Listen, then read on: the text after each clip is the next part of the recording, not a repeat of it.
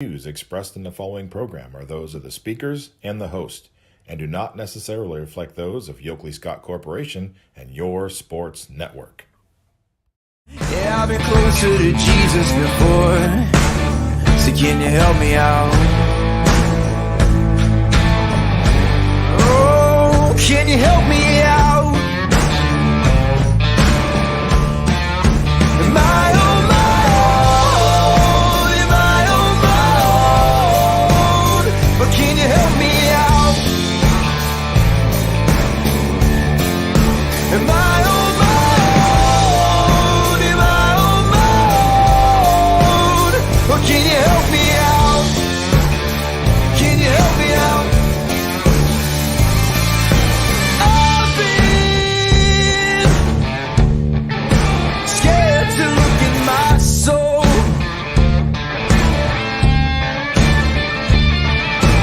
I've been afraid I would follow the road. Yeah, afraid of the things I've been told. Hello, everybody. Welcome inside the Tuesday edition of Running Point. I'm Anthony Hartwig. That's Ty Bartell popping in right now. Okay, got him. We are brought to you by Greenwood Chevrolet in Austin Town. And Ty, because, got to change our background. Missed that. My bad. We built it brick by brick, but we like our blue diamond plating with the Greenwood logo. Yeah, above there us. we are. There. Oh, that looks better. Ty, because of the rain. Like the brick by brick isn't bad, and it's not. It's not No, that. this just much looks better. It's better. It's better because we got them above us. Great is That's better than good. Greenwood, awesome. Because of the rain tide, today has turned into a really busy day on the network. Woo. Got a lot of games from yesterday pushed to today. We still got some results in from yesterday as well that we're going to talk about. But, man, today just turned extra busy. Yeah, no doubt. I mean, we had some games get axed, and we got partially Division 4 district in Jackson Milton that needs to get made up now, as well as some other games that we've seen that have gotten postponed into today. So we're going to have a full slate of results that are going to need to get determined tonight, and we're going to have a full slate of tournament results that are going to determine the next placing in this bracket too, to see where these teams are going to be at in the road to Firestone. Oh, Ant's muted. Let's talk about some of those games. I muted myself because I coughed, and then I forgot to unmute myself. Let's talk about some of the games that did get a final score from last night in the District 4 softball. We saw Division 4, half of our region, get played as the games down in Kinsman and Badger were able to get off without a hitch, and Badger gave a heck of a fight to the 1 seed Matthews, but did fall 1-0.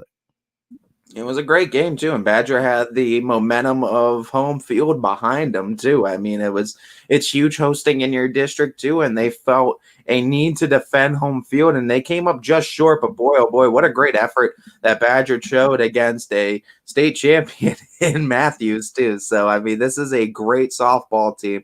But right now we have a district final that is booked, and one half of it has the Mustangs in it. Can you imagine the upset of the 17 seed Badger beating the reigning state runner-up? Does that in the district semifinals? The question is, does that motivate you if you're sitting on the other side of Badger, or is that intimidating because someone found a little bit of a chink in Matthew's armor? Well, I think it definitely motivates the heck out of Brookfield, who won the game against Chalker 3-2, another run game. So both those district semifinals came down to the final stretch. But Brookfield won, so now they're looking like, oh, man, Matthews got some chinks. Maybe we can take advantage and win a district. But be careful, because sometimes when really good teams almost lose but don't, that's like their wake-up call to turn up the knob to 10 a little bit. So we could see a very motivated, very determined Matthews team to not make it so close. But it was close last year, and Brookfield returns a lot of players from that team that lost to Matthews in last year's district championship. Yeah, and absolutely. We talked about this yesterday we were kind of expecting it to draw out this way, but I don't know if we were expecting the scores to be as close as they were in the district semis. So the district final is booked. It's a rematch, Brookfield and Matthews in this one. And you know what? I think if there's any team, and I said it yesterday, any team in this Division 4 bracket down in Badger that can do it, I think Brookfield's up to the task. Especially, pitching. We've been preaching it all year, but especially in the tournament, you have one good pitcher that can really shut people down. And Nicholson from Brookfield is a really good pitcher, has a couple of no-hitters on the year. Definitely shuts people out, gave up only 2 runs last night. She's a really good pitcher. She's going to be geared up, ready to go on Wednesday. And unlike the other Division 4 teams in the other district, Brookfield and Matthews will have a day off before they play in their district championship. And that's going to be huge for pitching too. And both Matthews and Brookfield are going to be bringing some heat in that circle. So it's going to be fun to see both of these pitchers with a day's rest in between starts. We're basically going to see them, you would expect, at full strength, ready and reared to go. This is going to be a fun one. The, of course, other district in Division 4 got postponed to today, so the ones in Jackson Milton will be being played today in Jackson Milton. That's going to be Western Reserve against Bristol and Mcdonald against Lisbon. A lot of Blue Devils in that district. Yeah, it's almost an all-exclusive Blue Devil district in that one, too, it seems like. But right now, that's going to be interesting, as Jackson Milton going to be slated to be played tonight, so we will know the other side of the districts here in Division 4. We move up to Division 1, where we saw Austintown Fitch take care of business. That was it wasn't their normal offensive output, but 6-0 was more than enough to take care of the Leopards. Ty, you were there. What did you see from the Falcons? I mean, honestly, what you saw, first and foremost, Sydney Watts was, again, just a phenomenal performance in the circle. Struck out the first 10 batters that she saw and ended up striking, I believe it was 17 on the evening. It was just a masterful performance, only allowing a handful of hits at that, too. No runs scored, obviously, against her. She had another great performance, and then in the batter's box too. You go to the middle of the order in big games when you need big hits, and Maddie Taylor had a great performance, 3 for 3 day, 3/4 of the cycle completed, had an RBI double, had a home run, a solo shot, and also had an RBI single, brought home 3 runs on the day of the 6th, and she also was walked on the day. So a great day all around for Maddie Taylor. And also in that, Sydney Watts, you talk about what she can do in the circle. She has a great bat on her hand too. She hit her 10th home run of the season, driving home 30 now on the year, as she belted back-to-back jacks with Maddie Taylor in that game too. Do you think enough people talk about Sydney Watts' bat? I don't think. I mean, I commented on the broadcast last night. The thing with Sydney Watts is, like, you talk so much about her pitching. She's in the top 3 in almost every major batting category on the team. She's second, I think, in batting average. She's batting .544. She's belted 10 home runs. Like, he's going to be like Lauren Hager, who's the only softball player ever to have 70+ wins in the circle of their career and 70 home runs in a career as well. I think only Babe Ruth has done that, and even in baseball. Her total now, I believe, is up to 278 strikeouts on the year that she's registered. So she has 19 a possibility to get. I think she crossed over to 20 now. 20 wins.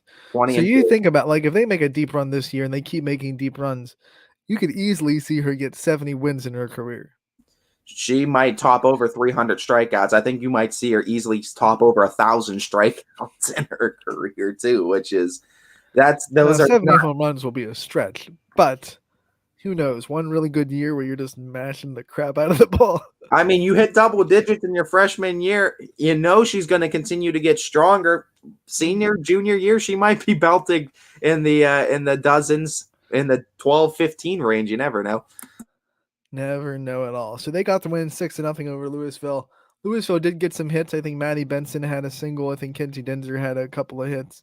They had some chances. Didn't they have runners on second and third when they were down 4-0? So many young players on this Leopards team too that are so talented. I commented on Maddie Benson's too. We talked about Maddie Taylor's swing.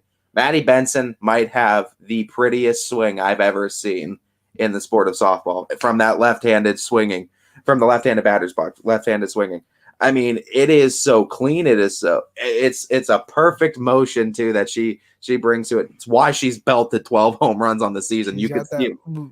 Louisville home run record, and I would have to do some digging, but I think maybe leads YSN in home runs. I don't know if anyone else has more than 12 right now. She's a big bopper bat for a reason, and she's got some serious bat speed as well, and only a sophomore if I'm not mistaken. So you're gonna get her for a couple more years, and she's gonna do some damage. Lockdown third baseman too. I mean, that left side of the infield is absolutely phenomenal with Kenzie Denzer at short and Maddie Benson at third.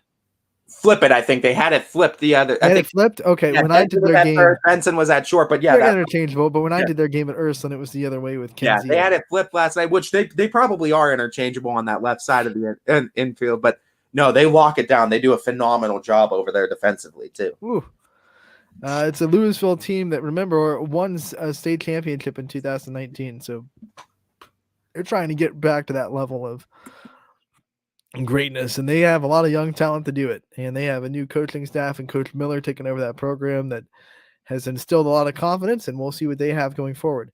Other news in Division I, in that same district, Green dismantled the reigning state champions, Madison Perry, 11-0. Talk about an intimidation factor going into a district championship. Like, that's the ultimate flex. You're going up against the reigning state champion. Now, barring Perry lost a couple of players, like they lost their all-star pitcher, we get it. But to just dismantle them like that, just 11-0 rocking them, and then that's how you go into a district final. Like, that is intimidation. And we know what Green is capable of doing. This is going to be a great matchup too. Austintown and Green in a district final. The winner goes to regionals, which is going to be in YSU. That's what I love about these softball tournaments, and it's just how local everything kind of stays with it. It's not only in Division I. Yeah. Yeah, only in Division I. We have to get to that. We're going to talk about regionals a little bit later because there's a bone to pick a little bit with. But the one caveat is at least states are held at Akron Firestone. All four too. That's the one that across the board. But very interesting. They took away a lot of regionals from Akron because that is interesting that they did that. Division II had a regional in Akron. And I believe Division IV had a regional in Akron. But now there's one district at Firestone. I believe it's in Division IV. And then the state semis and the state championships are both at Akron. But none of the regionals are being held in Akron Firestone. In fact, a lot of the regional sites have moved from where they have usually been throughout the years. Our Division III region was always at Madison, Washington. Now it's in Ravenna. Division II was usually in Akron, and now it's in Nordonia. And Division IV usually in Akron, and now it's in Strongsville. So a lot of new regional sites this year for our local teams. If I'm not mistaken, Ian, didn't you comment earlier in the actual year that that Firestone was going through some discussions about potentially not hosting sites there? So I don't know if maybe this. No, what happened? There was a whole thing that happened. So, Firestone used to be run by the Akron Racers Foundation. So, like, the money that was made through the tournaments they ran through the foundation and gave money to whatever the Akron Racers Foundation wanted to do with it. The city of Akron has taken over the Akron Firestone Stadium, so it is no longer funneled through the third-party Racers Foundation. It was owned by the city of Akron before, but run by the Racers. So now it's just owned and run by the city of Akron.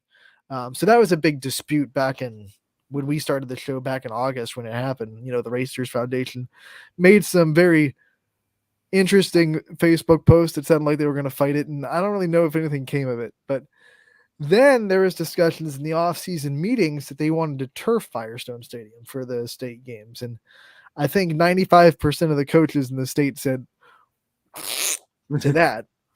So, and I know we talked about that. So when the city of Akron takes over, do they take over the upkeep then too of the field? They have to completely run it now. So I'm curious then if because it's the city running it too, they just don't want to have to deal with the upkeep of it for that many games. I don't want to have to hire as many people to have to work that much, and because I don't think the city of Akron paid the people that work there for the regionals and the I think they just kind of were paid by the Racers Foundation, and now it would have to be right out of the city of Akron, and maybe that's one of the reasons why Firestone isn't hosting as many games this year. Well, if you do it for state semis and state finals, you just got to do it for practically a weekend. You just got to get people for that weekend, and it's not Which like is sad 'cause it's like the best softball stadium in the state, and we're not featuring it as much. yeah, which is an issue. But And even in it's always- college, like the MAC tournament was always at Akron Firestone. It wasn't this year. It was at a school's host. I don't know what the summer scene's going to look like at Firestone. Hopefully there's travel tournaments there. I don't know. yeah, it It feels definitely wrong to have that field just kind of sit there unused. I agree.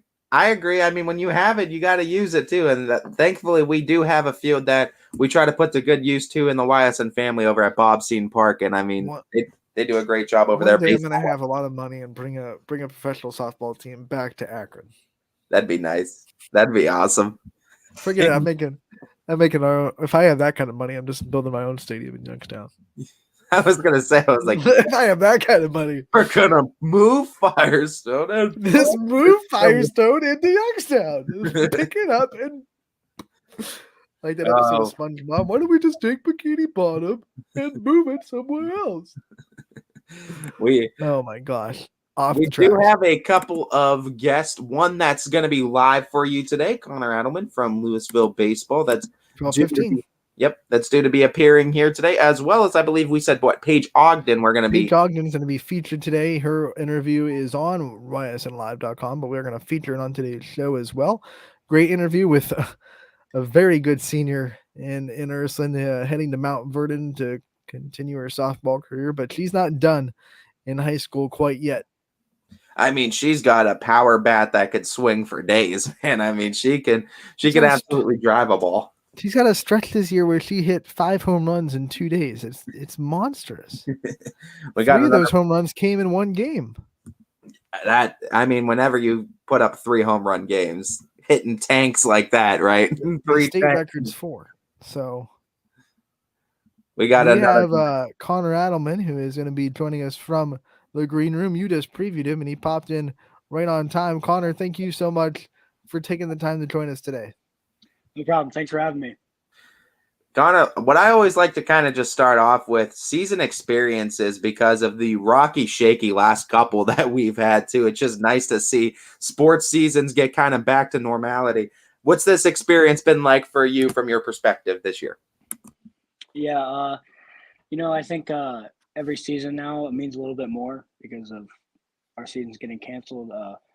It's been great. It's been really fun, and we had our ups and downs at the beginning of the season, and I think we're getting it together, and we've won some big games and lost some games that we probably shouldn't have lost, but that's part of the experience, and it's been great. It's been an awesome time. Those ups and downs you talk about really come with the schedule that you guys put together. I mean, you guys are playing a monster schedule full of a lot of really good teams. What's that been like, grinding through it and knowing that every game, whether you win or lose, is really just preparing you for the tournament time?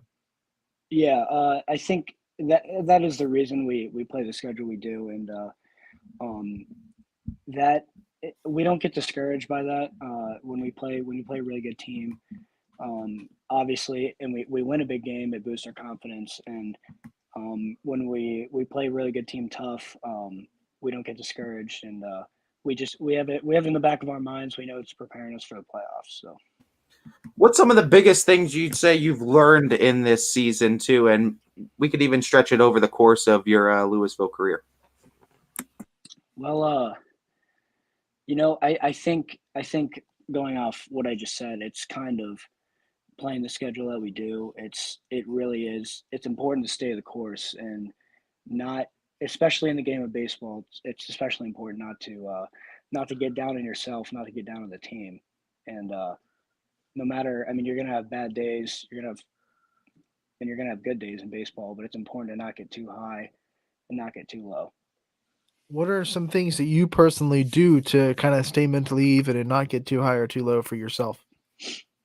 Well, the thing is, my mindset is, well, I'm not playing college baseball, so my mindset is kind of like, I'm the only stat that matters to me is a record, and I'm not personally worried about my stats. So when I have, a 3 strikeout game like I just recently had. I'm not, I'm not mentally affected by it. I'm just trying to stay the course, keep my head up and just do whatever I can for my team. Correct me if I'm wrong. You're repping a 4.0 GPA, though, correct? I am, yeah. So how do you do that on top of participating in the number of sports that you do too? How do you balance that out and keep that up? Well, I mean, that really is just, it's just focus. You got to have your priorities, and I mean, if you want it bad enough, you gotta. I make it happen. So, yeah, there's a lot of procrastination that goes into that, but you know, uh, I make it a point to get everything turned in and accomplish everything I can accomplish. When you came into high school as a freshman, was a 4.0 GPA was that on the table as one of your goals, or was that something that just kind of came out of the hard work? I think it was. But I was probably more focused on athletics at that point going into high school. It wasn't as important to me as it is now, but it was on the table. Yeah.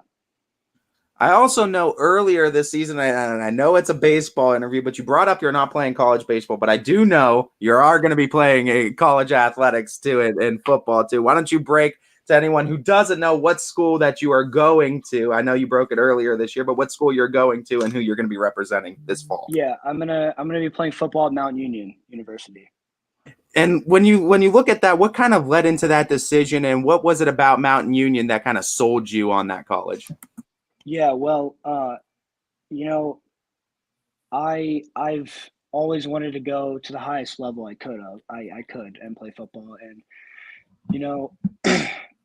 going D3, I wanted to play at the best school possible, and I know Mount Union is at the top of that list. So I was, and it's very close to my house, but that wasn't part of the decision. It was just it happens to be one of the best programs in the nation in D3, and that's where I wanted to be. Yeah, you talk about domination in Division III football. Mount Union is just they turn the world purple in Division III. Yeah. To be able to be wanted by that program and to be recruited by that program, what kind of an honor was that for you to know that a program that dominates as much as Mount Union wanted me to go and play for them? Yeah, it's huge. It's huge. When I reached out to Coach Dart and we talked, and it was awesome knowing that he wanted me to play, and I was kind of sold, honestly, pretty much instantly. So it was a feeling, and that's kind of, I knew I wanted to be there. So. Can you draw any similarities between football and baseball in your experience with it, whether it's the way it's coached or just any kind of personal experience you have between the sports that you feel like they can relate in some way? Yeah, I think one of the biggest things I've learned from both sports is how to deal with failure. Because it's part of the process, and the season we had in football was full of failure, and we've lost some games in baseball. And I've taught myself it's part of the process, and I've also taught myself not to accept that. So. Let's talk about your family, because that Edelman name is big in the Louisville sports department. Who's the most competitive person in the household? I can't give that up to my sister, so I'm gonna have to take that. Yeah. He said that one. I got that one. Yeah, that's gotta be me. Let's go a step further though with this Louisville community. How cool is it to be a part of a community that takes their high school athletics so serious, to have a website that is so dedicated to keeping up on the history, stats, records, all that? How cool is it to be a part of a community that supports its athletics so much? It's unreal. I'm so blessed to play here and to be a part of this community. And I don't know if it's going to happen, but I'd love for my kids to play here, and I'd love to keep giving back to the community. So it's awesome. I love it. While we talk about the community, we also have to talk about the facilities that you guys have, especially the baseball program. Might be one of the biggest home field advantages that teams have. What's it like to have a school that pours so much money and really love and care into a facility like the baseball field? Yeah, once again, extremely blessed. And when a program gives back to us as athletes, it makes us want to work harder and it makes us want to do better for that program. So it's well appreciated. Let's look at your entirety of your baseball career. Is there a certain game, certain at-bat, certain moment that you want to highlight that sticks out in your mind as like one of your favorite memories with this team? Yeah, I think I think it came this year. We had a doubleheader against Chardon, and I forget exactly what the score was, but I hit was at the plate with two guys on base and hit a go-ahead double in that first game of the doubleheader to beat a really good Chardon team. So I think that was probably my best baseball memory up to this point. All right, Connor, I want to get to the rapid fire segment of this interview to get to know you a little bit off the field, since we've gotten to know you so well on the field. And because you're a 4.0 student athlete, I want to start with some school questions first. What is the subject in high school that you have struggled with the most? Struggled with science, anything science related, which it's weird because I enjoy, and I'm going to study exercise science in college, but I like to challenge myself, and I'm interested in the anatomy side and stuff. But I have particular trouble with chemistry, but got to get better at that. What has been one of the hardest assignments that you've ever had to kind of do in your high school career? Oh wow. Okay. Let's see. Well, it was a really hard one. We had to make a skeleton with all 200 and some bones in my anatomy class. That is a staple project for anybody that takes that class, and they would probably agree with me on that. What teacher was kind of the hardest grader at Louisville? Hardest grader, huh? Let's see. I don't know if I had anybody that was too tough. Probably my French teacher, honestly. And what tests? Whose tests were the hardest? Was it French too? Yeah. It probably was. It probably was French because I took 4 years of that, so I was in French 4 this year, and that was rather difficult. Yeah. Would you call yourself like fluent in French at this point with 4 years under your belt, or are you still trying to get fluent? Unfortunately, no. I'm not. No, not even close. Not even close to fluent. If you could be fluent in another language, whether it be English or French, what kind of other language would you wish that you could be fluent in? I mean, it's got to be French. It's got to be French. I mean, I know a little bit of it already, but he's worked too hard in it. He needs. I can't put 4 years in and not be fluent in it. So, yeah. The only French I know is Sacre Bleu. So, what's kind of your study habit? I mean, like, are you someone that likes to note cards? Are you someone that takes a lot of notes? Do you kind of like to read more? Are you more of a visual learner? Like, I'm sure a lot of students are trying to take notes on the 4.0 student. Yeah, I wouldn't recommend my study habits to any other students, but it includes a lot of late nights, specifically before the test day, and that's not the way to go, but that's the way that worked for me. So whatever works, right? Yeah. Yeah. Are you a part of any like other clubs or extracurricular activities other than sports in Louisville schools? Yeah. I am a member of French Club and National Honor Society, and I am a drama club member also. I was a lead role in our school musical, actually. So. Wow. Okay, so I want to dive into that. What was the musical? Because I'm a big musical guy. If I put on my camp, there's a Wicked poster right there. So you know, drama all the way. Awesome. But it was Cinderella. So you played. I'm guessing you played the Prince. Yes. Yeah. What's your favorite? Like, do you have a favorite musical? I do like Hamilton. But this is my first year getting into it, so I don't know a whole lot about it. And I completely taught myself to sing, so that kind of happened. And That was awesome. It was How a nerve really, wracking really was that fun. to like go through that process and just kind of throw yourself in the water of musical theater? Yeah, it was crazy. I was really overwhelmed at first, and then my mindset was, like I played in front of more people than this, and although there was a literal spotlight on me, I kind of used that as a as a way to just get me to feel more comfortable. And then after the first show, I was really comfortable and kind of just took it all in, and it was fun. Ty asked you about your favorite baseball memory, but what's your proudest athletic accomplishment at Louisville? Hmm.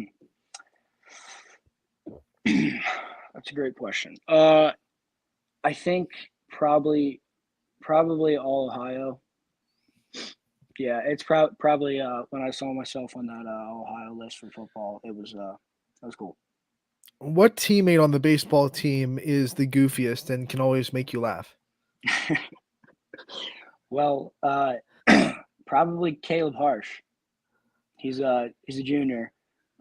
He is the spirit of our dugout. So Who's got like the most swag on the team or the most like drip or whatever word you want to okay, use yeah, I know is what you like mean. Well, besides myself, I would love say it. I love it. probably Anthony Warner. He takes his drip very seriously, and it kind of reflects his play style. So, what's one thing that you spend a lot of money on that you probably shouldn't? oh geez, probably food. Honestly, I go to Chipotle like 3 or 4 times a week, so that's a lot of money added up. Is Chipotle like the go-to pregame meal? Is a Chipotle a pregame snack? Chipotle is a tough pregame I meal. know, that's what I was saying. I was Uh, like, dang. for for baseball, I can make it happen.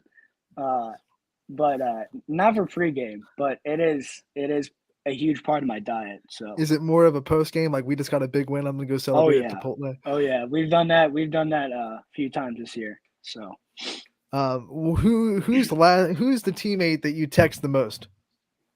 oh geez, well, we have a big group chat that we all text in a lot. I mean, there's Zach Seaman, Caleb Miller, Anthony. I text all of them. So, What was your last Google search? oh jeez, I don't even know. I mean,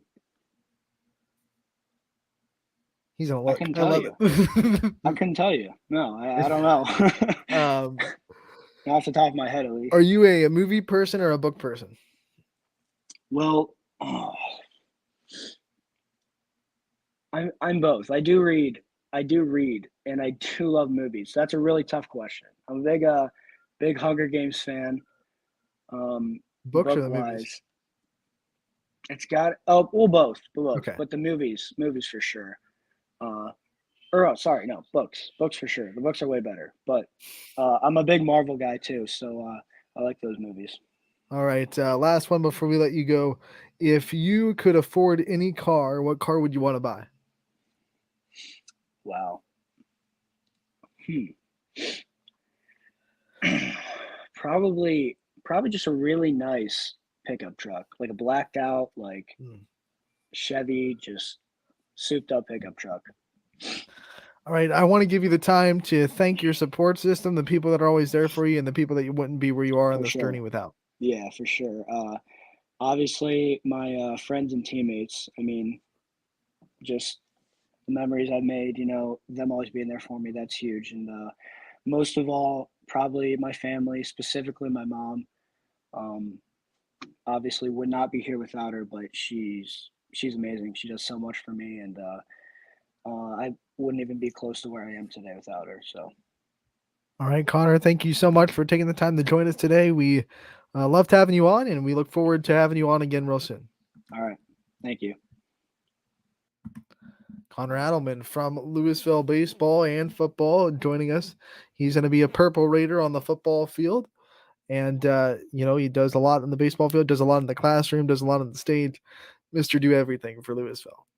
I mean, he just kept on listing experiences, and I wonder where this kid's times, how he just able Where to do you keep get them up. the time? He just, I mean, incredible too, and I mean, just experiencing everything that high school really has to offer him while he's there, and I mean, that's just using it to his fullest advantage. I mean, props to him for just making the most out of this experience.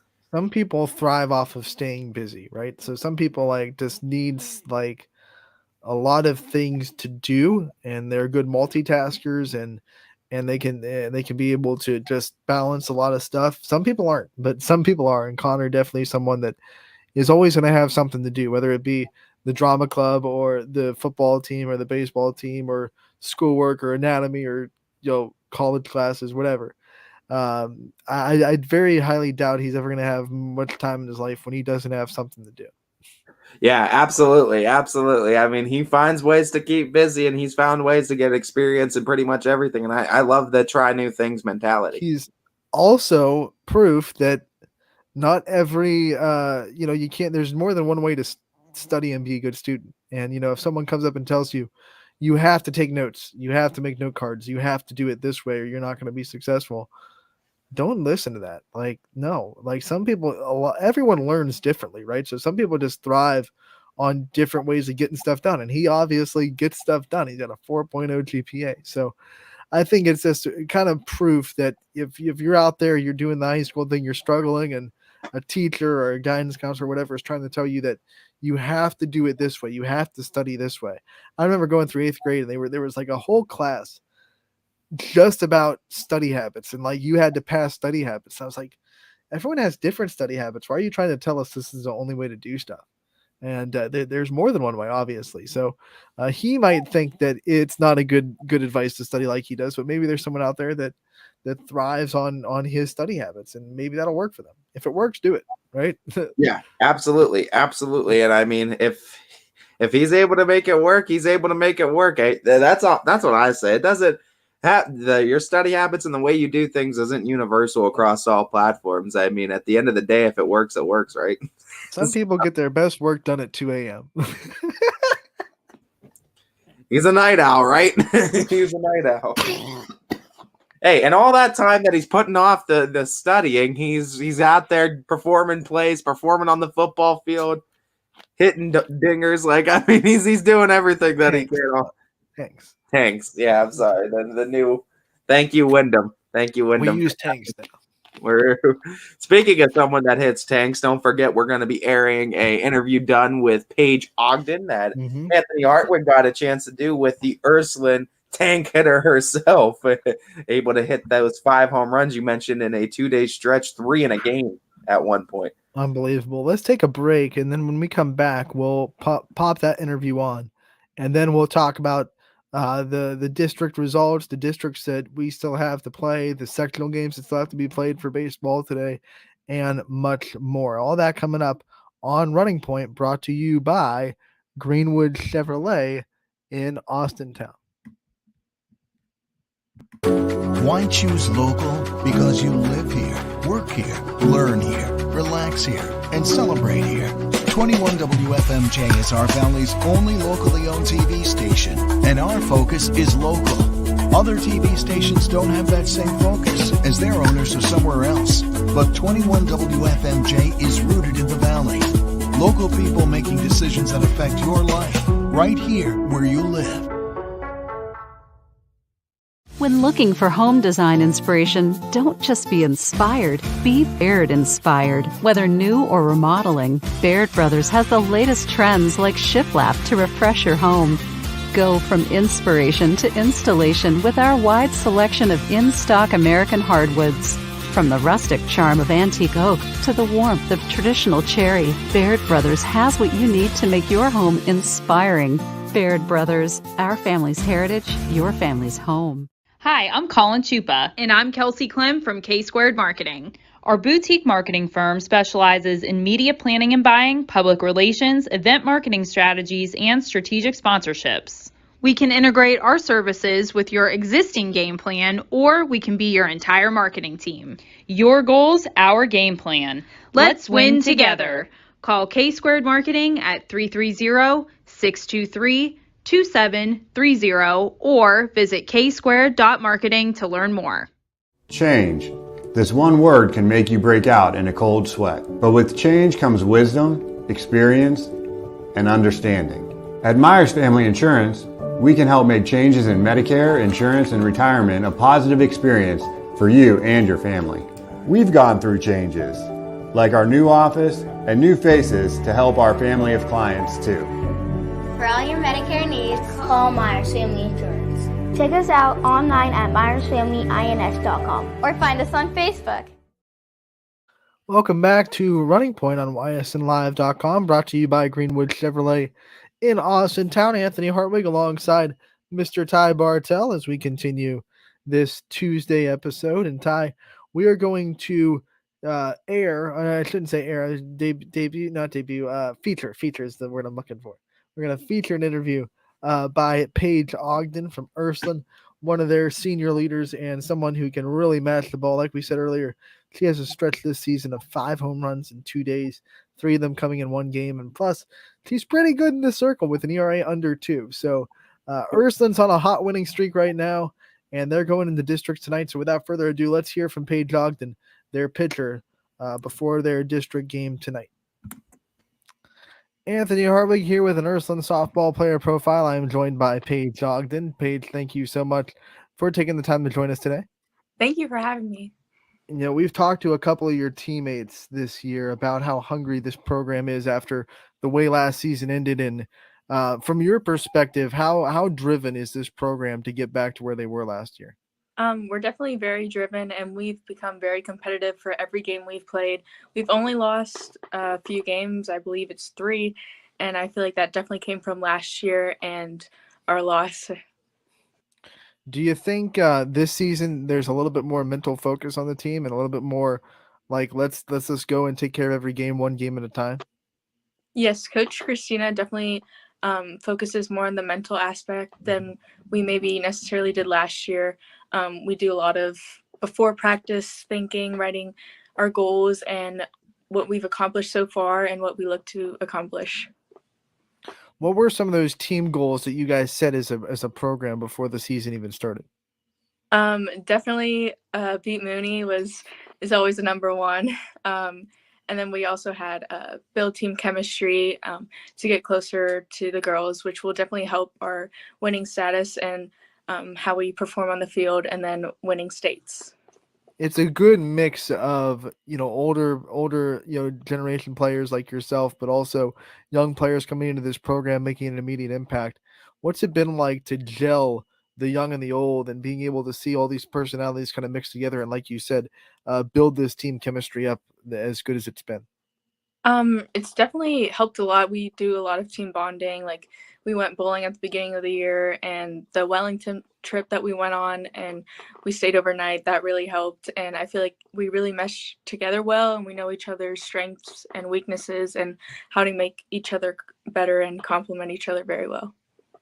Everyone knows, how special this team was last year and all the great talent it had. It graduated 3 seniors that all went off to play in college.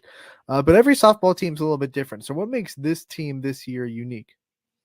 Like you said, we definitely have a really good combination of upper and underclassmen. And I feel like we, like I said, complement each other very well. And we know how to come together. We have a lot of energy, and we have a lot of drive, especially from our loss last year. And that really pulls us together. How would you describe the personality of this team? We definitely have a lot of energy and excitement, and we're always looking for the next play and how to help the team, and always looking to win. What's your favorite thing to do with this team off the field to kind of build that team chemistry that we've talked about? The bus rides have been like no other. We always have a good jam sesh after games, and that really makes it enjoyable. Who's kind of the energy spark plug on, especially in those bus rides, on long bus rides to an away game? I'd say definitely Maddie. She's our DJ, and she really she does a great job. And Alyssa also is up there. we talked to Maddie a little bit ago, and she, took pride in being the team DJ, and she said she didn't care if her playlist didn't match what other players wanted to hear. Does her playlist kind of vibe with you, or are you someone that wishes it was different? Oh no, I definitely like the playlist, and I like we always have a speaker for warm-ups, and I like it. I think it gets me excited and ready to go. What about your kind of pregame routine and trying to get yourself in the right headspace? What do you do pregame to get ready for a game? The most important thing for me to do is relax. I know that sounds very easy, but for me, that's kind of been like my main focus this year and something that I kind of struggled with for years past. So I just kind of do like the same thing, but no matter what, I don't try to get too tense. I don't think about, oh, like we lost to this team last year. I just have belief in myself and the practices that I've done throughout the season and know that I have the ability to do what it takes. When you think about the ways you've grown over the years, what have been some of the biggest growth points that you think you've had since freshman season? Definitely after sophomore year and I came back junior year, I had a knee injury and I changed my pitching form completely and I got a new pitching coach and I'd say I came out like 1,000 times better than I was freshman year. And I had better speed and spin and I had a lot more confidence in myself and my capabilities, especially with having Emily Holland as the senior pitcher to be there for me and be my mentor. Now let's go a little bit deeper in that. How much of a blessing was it to be kind of behind Emily Holland last year?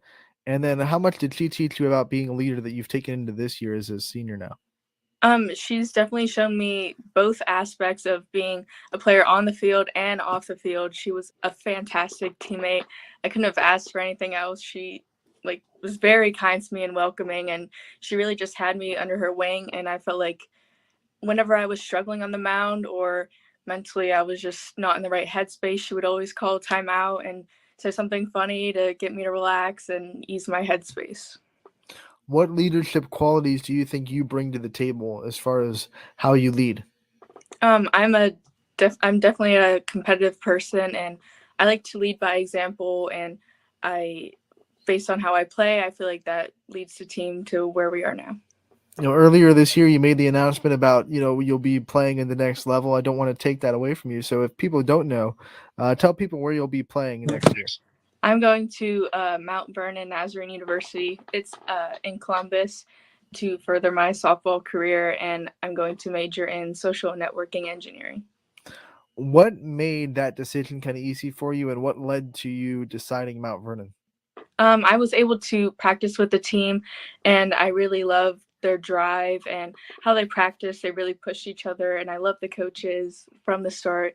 They were very competitive, and they knew how to lead the team and to get everyone where they needed to be for the season. Being able to make that decision before the season started, how much of a weight was lifted off your shoulders to not have to worry about the recruiting process anymore, not having to, impress coaches anymore? You can just go out there and kind of be yourself this senior season.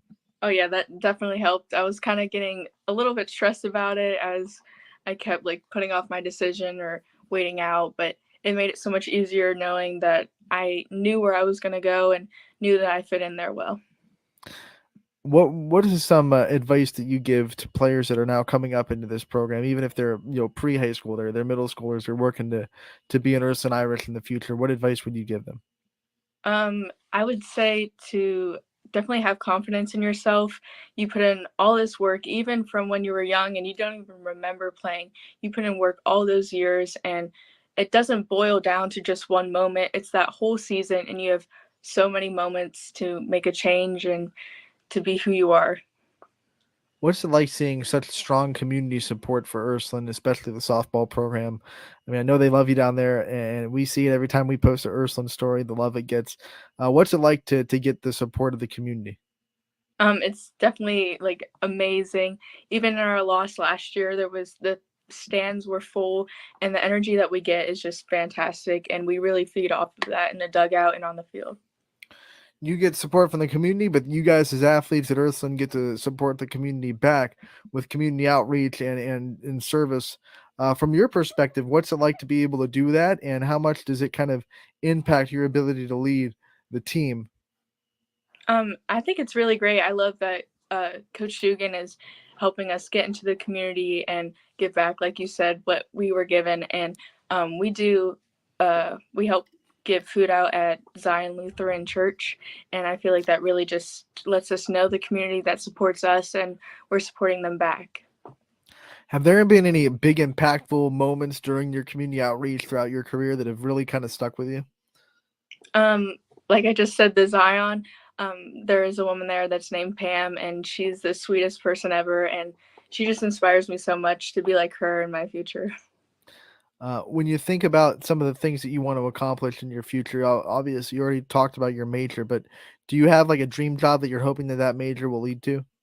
I'm hoping to be a software developer, or I've also heard about the Imagineer program at Disney, and I'd like to either do an internship there or hopefully work there. All right, Paige, I'm going to hit you with some rapid fire questions to get to know you a little bit off the field as well. I want to start with, are you a movie person or a book person? Definitely movie person. I can't sit down long enough to read a book. What was the last movie that you saw in the theaters? Yesterday I saw Doctor Strange. I'm jealous. What was the last show that you binge watched on Netflix or another streaming service? I think it was Bridgerton, and my friends got me to watch that. What is your favorite thing about being a softball player? It's definitely my teammates. They really make the game enjoyable, and being there with them in my best and worst moments really gets me to know myself and know them and know that I have people that are always supporting me. What has been your favorite off the field memory with Ursuline softball? I hang out with Gia Chavone a lot, and her and I go get coffee, or when she's doing my hair before games. It's just a fun time. What's the go-to post-game meal for Ursuline softball? Probably for me, I think it's Chipotle. What's your favorite flavor to Gatorade? Red. If they were to name a flavor after you, what do you think one, what would it be called? And two, what kind of flavor would it be? I definitely feel like it would be a mixed berry, and it'd probably be called Bomb Squad. Oh, I like it. So you get the opportunity to hit home runs and strike people out because you're a pitcher that rakes. What's the better feeling, hitting a home run or getting the big strikeout? I'd have to say getting the strikeout because, I mean, you can have a home run in the game, but you can still lose. And I feel like a strikeout, it could be like the best batter that's going D1 and you struck her out, and it's just the best feeling in the world. What is one thing you do to distract yourself from softball if you need a break? I definitely hang out with my friends a lot, and we go, like I said, we go to movies or we go out to eat, and it just really, it's a good time. If you could live anywhere in the world, where would you want to live? Either Gatlinburg, Tennessee, or New York. What's your favorite vacation spot? Cancun. If you could vacation anywhere in the world that you haven't gotten to vacation yet, where would you want to go? I think Italy. Would you rather go forward in time or back in time? Forward in time. What era would you want to go forward to?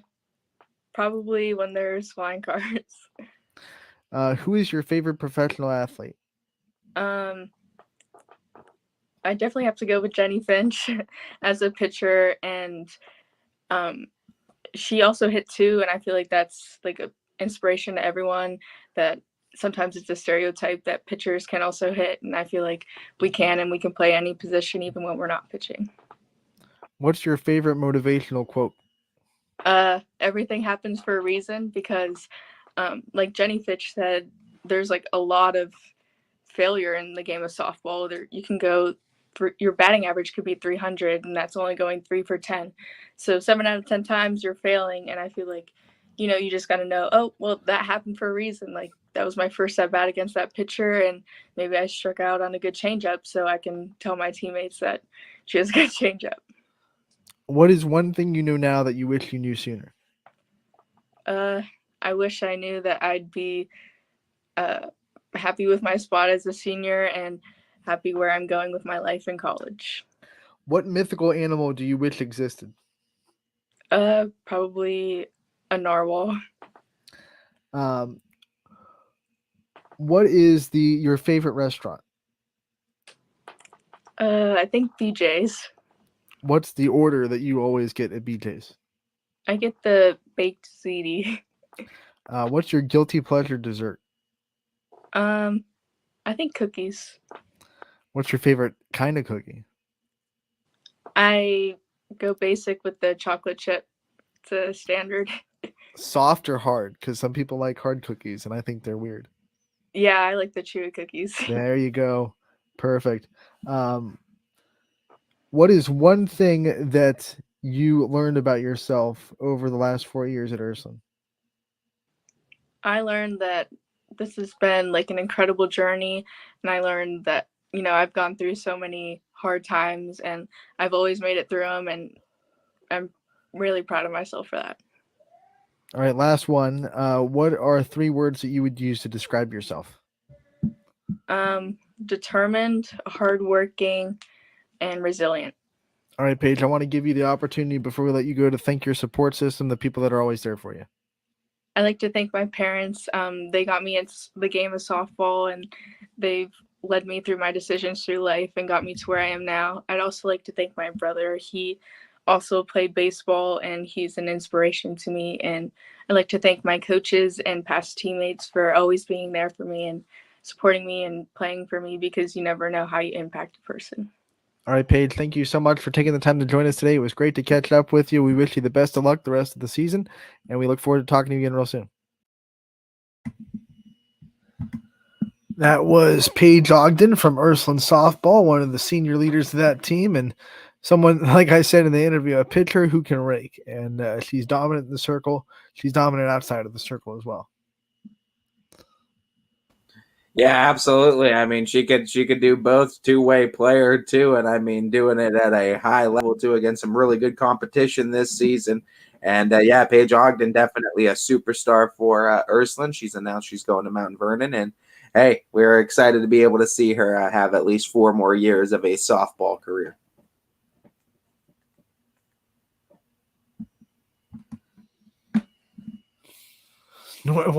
By the way, narwhals are real. Oh, that's funny. Ursuline will play tonight against Kirtland in the Leavittsburg district semifinals. They are game number 2. They will go after the game 1 in that district, which is Newton Falls and Rootstown, which should be a really good one as well. I mean, both of those should be good, and we'll know another step further of what D3 is going to look like, and it's looking a lot different than what we were expecting. A lot different. But right now, the path is cleared for an Ursuline South Range rematch. It seems like other teams have something to say about that first. So I'm sure they do. I'm sure they do. But I mean, the paths have cleared up a little bit for an Ursuline South Range rematch. There's a lot of YSN teams too that we thought were going to be a fork in the side of some of these teams are no longer in contention for the tournament. Kirtland is making their second appearance in a district semifinal. Last year it was South Range in the Leavittsburg district that went on to play Kirtland in the semis and ended up winning by a lot, but it was close until like the 5th inning when South Range broke it open. Unfortunately, last year for Kirtland, they had one girl that pitched every single inning. I mean, Bree Kohler pitched the majority of South Range's innings last year, but she still had about 20 innings off. This Kirtland pitcher, whose name escapes me, I apologize, every single inning last year, and it just like the 5th inning was like the breaking of the dam, and South Range finally got to her, and it was like her arm just lost the velocity last year. So we'll see what happens this year. Kirtland's a very good team. They got a good defense. They got a heck of an offense. They scored 14 runs against they upset somebody. Okay, I'm gonna have to look at the bracket. One thing I wanted to say though is especially about this bracket and how it's turning out, Rootstown is the team I'm looking at as a non-YSN team that I think has a real shot at going deep in this, just because of the pitch. I had it in my head before I started that conversation, and Springfield went out of my head. So they beat Springfield 14-3. and they can score runs. That's for sure. But yeah, I was saying Rootstown's a team that you're going to have to watch out for. They're going to have something to say about it too, and I think they have a very realistic possibility of walking out district champion too. The top half of that bracket are two teams that are kind of under the radar. Like no one really talked about Rootstown in this bracket, and I still think Newton Falls is kind of just under the surface of the water. You've been praising Newton Falls the entirety of the season. Not a good softball team. They have a really good pitcher. They have a good softball team. And they've been competing, and they've been competitive against everyone that they've played pretty much this season. And hey, they showcased once again too that they can get to this level. They're ready, and if anyone can do it, they can. Last year they got to the district championship game and lost to Ursuline, so they're looking for a rematch of last year's district championship. Isn't it funny how things always just seemingly turn out the same? It feels like it just the world goes round, right? We go into the other Division 3 bracket tonight, and it is in the Canfield bracket at South Range. And talk about full circle. The last time South Range came off of a state championship appearance was in 2017. And they, got there in 16, came off in 17, and then they lost in districts. Who they lose to? Cardinal Mooney. Who are they playing tonight? Cardinal Mooney. What did they do last year? They went to the state championship game. It's very eerie how similar things are going. You worry if you're a South Range faithful, then? Because I know Jeff Rose does not let things go. So I know as soon as that happened, as soon as Mooney won their sectional final, he went, we're doing this again. Like he probably, the memories of that 17 district probably went right to his head. And I think I don't know how much of it, because there's not much of the team that's left on that roster. But he's going to be someone that's really motivated to win this game. It's going to be a fun one, too, and you never sleep on Mooney in a tournament. I don't care who you are. Whatever sports team, you never sleep on Mooney. They're always prepared, it seems like. And one of the things is Cardinal Mooney, like a lot of the independent schools, I shouldn't say independent because they're technically in the Steel Valley Conference, but they play a heavily independent schedule because you only play 6 conference games. Yeah. Right, So they play a lot of really good teams. They play up a lot. They played Perry. They played the excuse me, reigning state champions. They play a lot of D2, a lot of D1. So just like South Range, they're tested. They're well tested. They have a great pitcher in the circle with Elena Scavina and Elena Francis. They kind of swap places. They both catch and hit for each other. And then they have a defense that kind of learned along the way. We saw them early in the season make a lot of unforced errors on defense, but because they were young, they were inexperienced, and they've really shored up that defense, especially in the infield. So we're going to see a team that has been, sharpening their teeth all season for this moment in Mooney, and this is their time to prove it. Absolutely, absolutely. And I've seen them get featured against teams such as even Fitch too. So they've featured a lot of D1 teams on their schedule. These are two teams that are well prepared, and there's no doubt that they face some of the best that this area and outside this area has to offer too. So look out for this game. I think these two are going to be these two are really going to surprise some people as I think a dark horse game that's really going to steal the show tonight. The second game in that district is going to be United and Gilmore Academy, and United coming off that upset of Crestview, and Gilmore Academy coming off of the upset from Columbiana. So two teams that came off of upsets to get in the district semifinals here in this Canfield district. And, United is the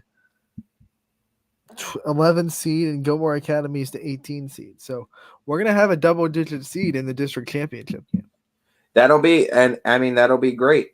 That'll be great if that's the case too. I mean, I would love to see it. And I mean, let's go United. Let's go Eagles. Let's shock the world again.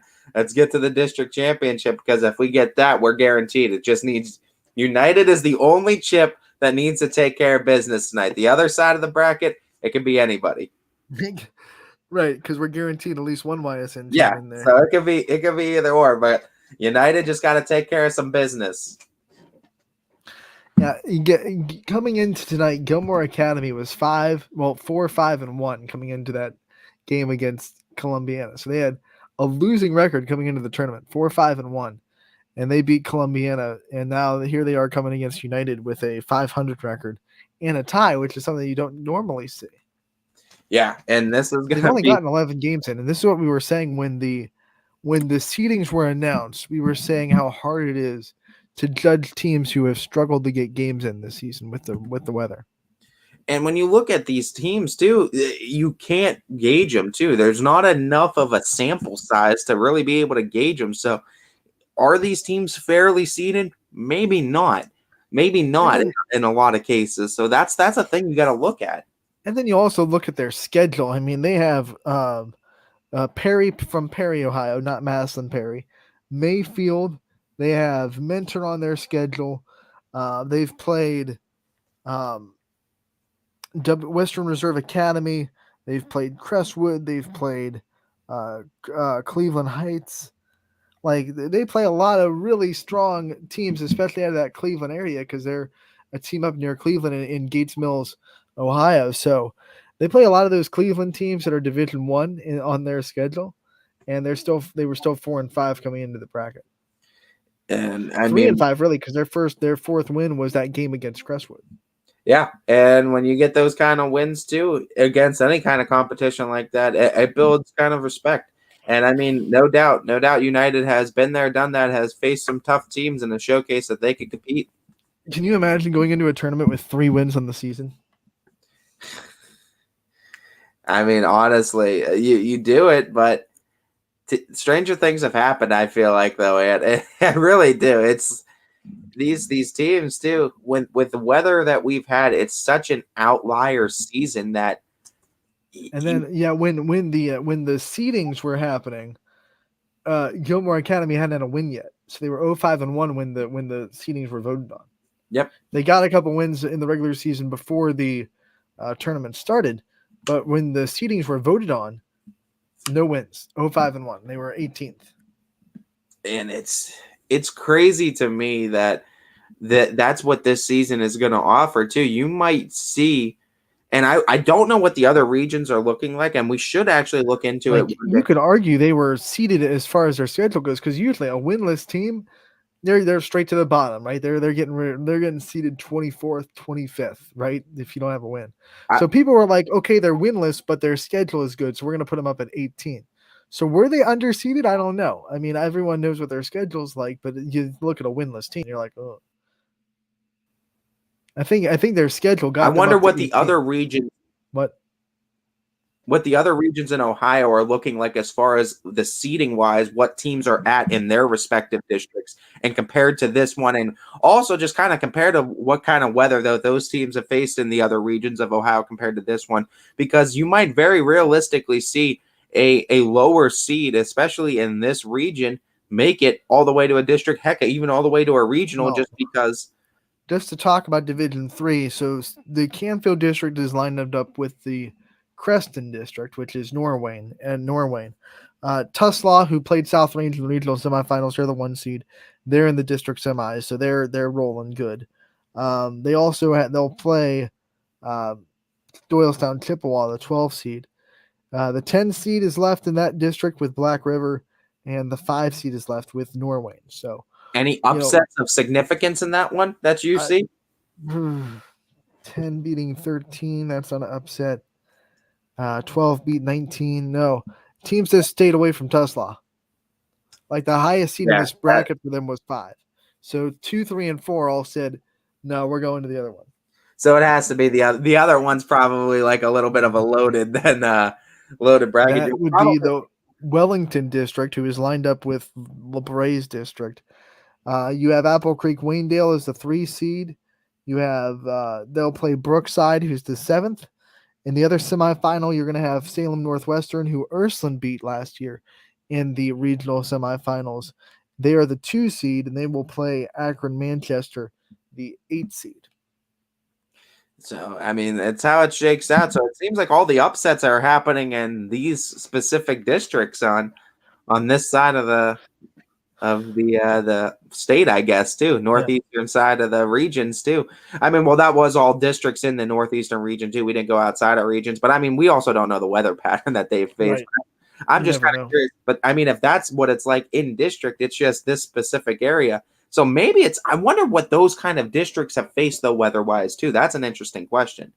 Because, like, I know this area has faced a lot of rain, so we've seen a lot of upsets, and we kind of You gotta imagine. I mean, if it's raining here, it's probably not going to be much better up in the Akron area. No pun A lot of intended. those teams. We kind of forecasted that this was going to happen in the tournament, that we expected some of these upsets to occur, because hitting is it's based on consistency, and you need to be able to hit often. So some of these teams go in these tournaments, they're going to be able to get a few games, more games in a week than they've been able to all season. So you're going to see these teams catch fire in the tournament. And if one of these teams does, I mean, they could ride it all the way.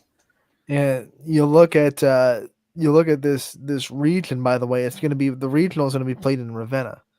So the winners of these districts are going to be playing in Ravenna, which is the first time that I can remember these regionals not being held, other than last year, which was a crazy year with COVID and everything, not being held in Massillon, Washington for regionals. It's always been Massillon, Washington. Now all of a sudden it's going to be in Ravenna, which is right next to you. Yeah. It's want to go call the Division III regionals? Just right in the backyard too. It seems like a lot of teams too a lot of Portage County schools are stepping up as host sites for not only this sport, but a lot of sports too. I've seen Streetsboro be utilized a lot though too as well. So, and I think Aurora is starting to step up as well. So, I mean, Portage County is starting to really step up with the facilities, and I think it's just because they're seeing a lot of more money and just time being put into the facilities as well. The regionals this year for softball are going to be Youngstown State for Division I. Division II is going to be, well, for our region, I should say. Division II is going to be up in Nordonia. Division III is in Ravenna, and then Division IV is up in Strongsville, which I believe is closer to Cleveland. Up in Strongsville, it's like an hour and a half away. That's a trek for some of the teams to. So if you win that D4 district, you're going an hour and a half away, and the game. This is something I wanted to talk about. The game's going to start at 2. We talked about in the middle of the week on a Wednesday. So it's, I'm looking at the schedule, and I've always gone to regionals, so I'm sitting here thinking, either I was crazy and my mom got off early 5 and 6 years in a row, or it's never started this early in the middle of the week before. I remember doing West Branch's regional semifinal last year. The lights were on, it was dark, and it was in the rain. So they must have started at least at 6 o'clock.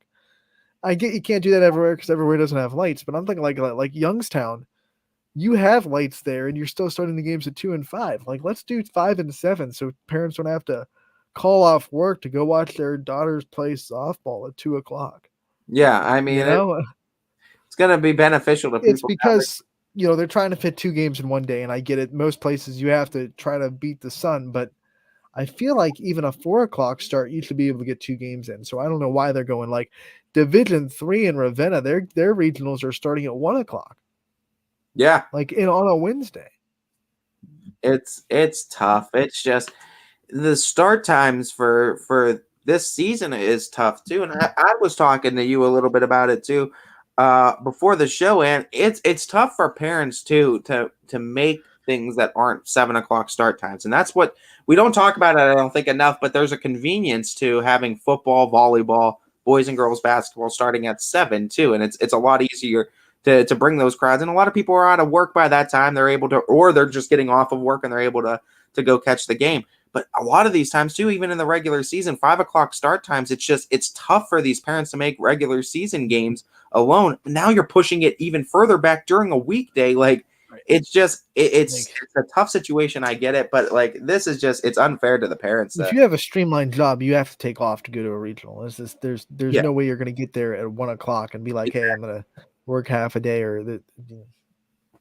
No, there's no way. Especially when you have to book it an hour and a half. Right. So if you're in Division IV, you're going all the way to Strongsville. So you'd have to be there at 1. You'd probably have to leave here at 11. So it's good luck. When's the last week of school? That fluctuates for because next week's the last week of May. So maybe some of these schools will be off and they won't have to worry about missing school to go up to a regional. I don't know. It could be that case, but I mean, still, you got to worry about parents missing work too that want to go to games. It's unfortunate with the start time. I was worried about missing school, Division III. If you play at 1 o'clock and you're not right next to Ravenna, it's finals week. You got to miss half a day. You got to miss half a day to go play a regional. Finals week, you got to cram 2 finals in a half a day. Yeah, selfishly for YSN, it makes it hard for us to go cover those games because they start at 1:00. So like, what are we gonna do?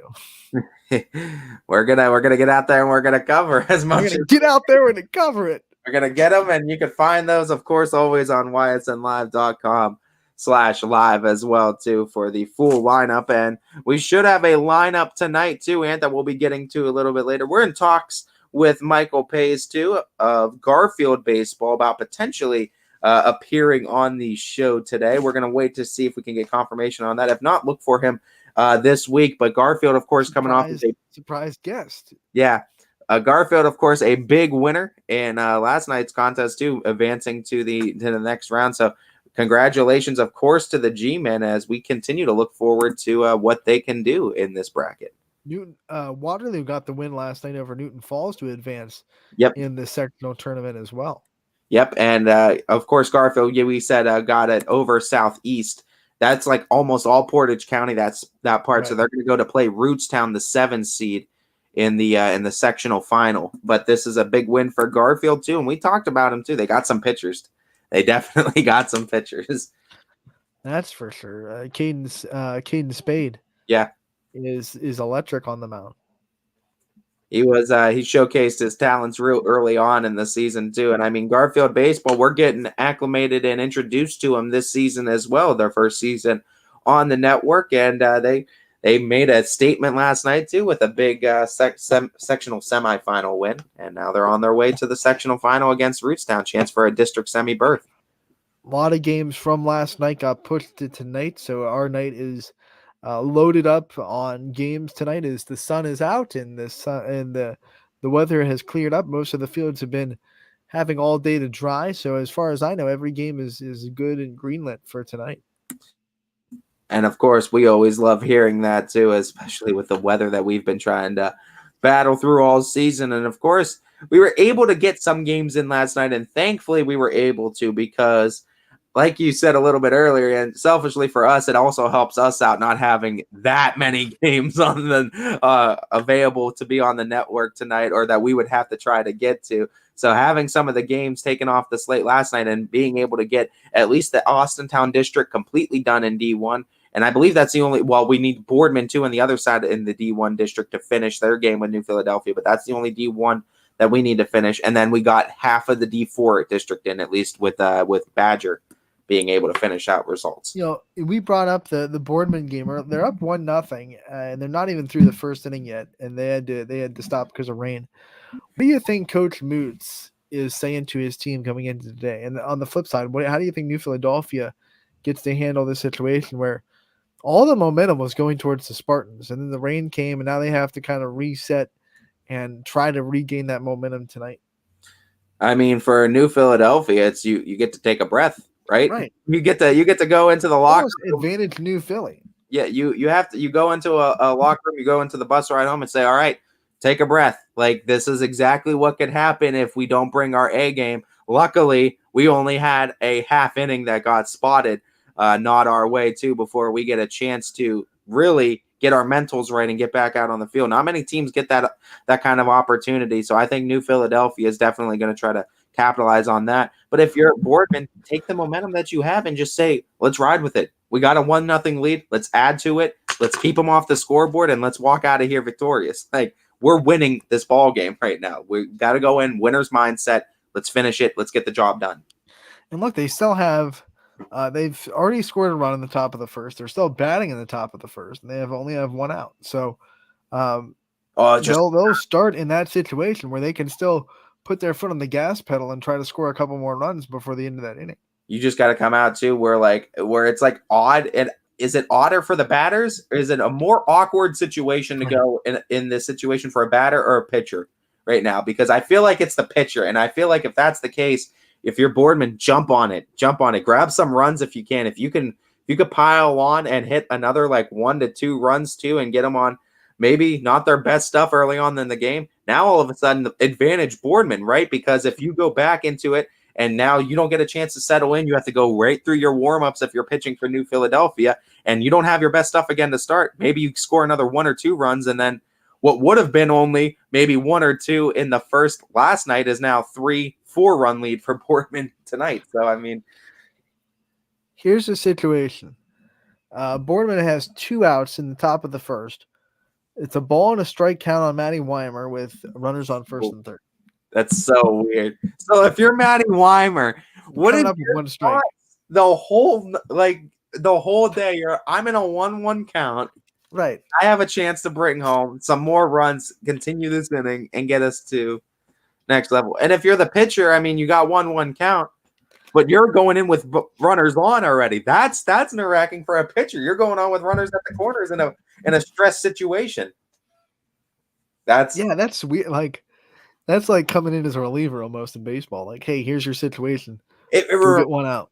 It reminds me of when Fitch and Boardman only played that half inning earlier this season, and then they continued it the next day, where it was just like the bottom of the first, and then the rest of the game they played through. The other district got in, by the way, down in Madison, where we saw Riverside get upset by Walsh Jesuit. And Walsh Jesuit wins 4-2, and they will go on to the district championship game as the 5 seed. This is a team that Boardman is familiar with. They played last year, and they know what Walsh Jesuit brings to the table. But if Boardman can win over the 3 seed, you would think that would give him momentum heading against the 5 seed Walsh Jesuit. Yeah, and I mean, honestly, you look at it, it's a huge win, and I love seeing it. That's why I love this tournament, and that's why I've said too. It's why you play the games, and you never take records or you take seeding. You don't take face value for what it's worth in this sport. You can't afford to. You respect every one of your opponents, because every one of your opponents can have a night where they're just hitting tanks, or any pitcher can have a night in the circle where they just are untouchable. Yeah, very interesting, because I was high on Riverside. I thought they were a really good team, but they do lose 4-2, and that was a 5 seed being a 4 seed, so it wasn't a major upset. But as high as I was on Riverside as a team, well coached, lineups good 1 through 9. Walsh Jesuit shut them down 4-2, and that's who Boardman would play if they win. You know better than I do, and too. This is a game of matchups too. It's so much into matchups too. So sometimes you can be one of the best teams in the world, beat 99% of the teams in the area, but there's just that one team that just for whatever reason you can't hit against them, or they have your number as a pitcher, and they're just able to find holes and pepper it all over the field. So we talked about, back to this Boardman game, we talked about the pitcher, Miller's set point for New Philly coming in with a 1-0 deficit with runners on first and third and 2 outs and a 1-1 count to Weimer. What about Torrey Strines coming in? Like, you're coming in all day, you have a 1-run lead. You get a little bit more antsy, a little bit more aggressive, and when you start this game knowing, okay, I already have that lead, I have that cushion, I have to start super aggressive right now. Potentially. Right?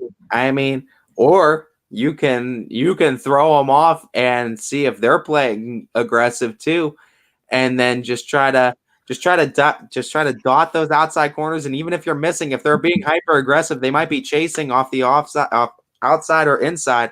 And if that's the case too, you might be able to beat them that way. I think you got to play and see what they're doing too. I mean, but it's interesting because it's always obviously the pitcher that has that kind of mentality where it's the hitters play off of what the pitcher does. But what does Torrey Strines come in and do? Does she come in hyper aggressive, firing in the zone, or is she going to try to dot some corners and get hitters to chase to start? By the way, Jenna Alexa is on third and Cassidy Bryan is on first. The RBI came from Jenna Alexa, who doubled after a leadoff single from Dana Haas. And I like Dana back in the leadoff spot.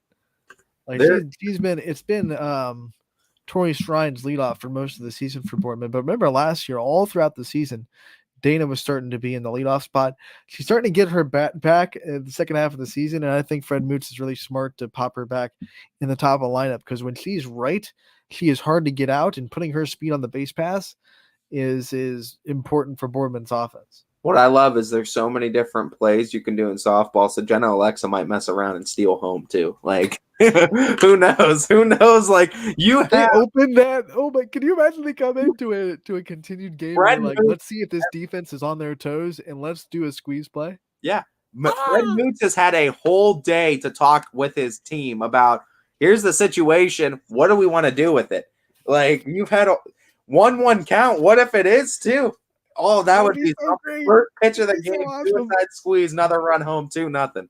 Huge. Oh man, Fred, I love you, buddy. I'm gonna text him after the show, like pull off a suicide squeeze and start this.